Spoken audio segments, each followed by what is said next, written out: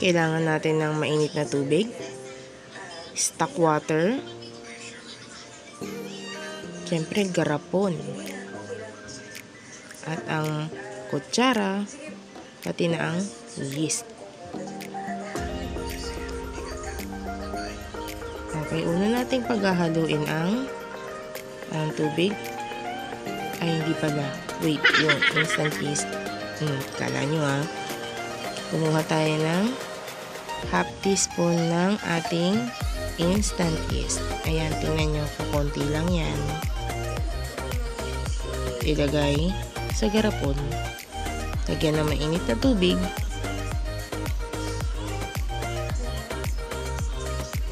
Yan, haluin at tunawin. Tunawing maigi para maging perfect ang ating timpla. Yes.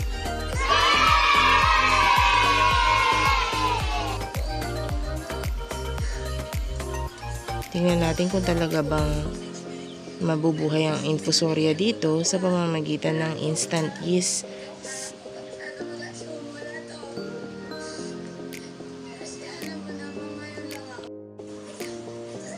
Next, kunin natin ang tubig. Itong tubig na to galing sa stock water to doon sa aquarium. Ayan, ihalo. Siyempre, para may mabuhay na infusoria, kailangan yung gamit nating tubig ay stock water na galing sa aquarium fish natin. Yan, haluin lang ulit yan. At tayo'y maghihintay sa loob ng 3 araw. Bisitahin natin every day.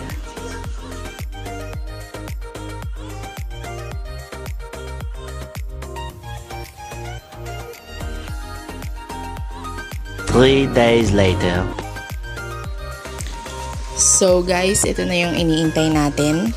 After 3 days na pagbabantay kung meron nga bang infusoria dito sa paggamit ng yeast. It's a yes, meron nga po talagang infusoria gamit ang yeast.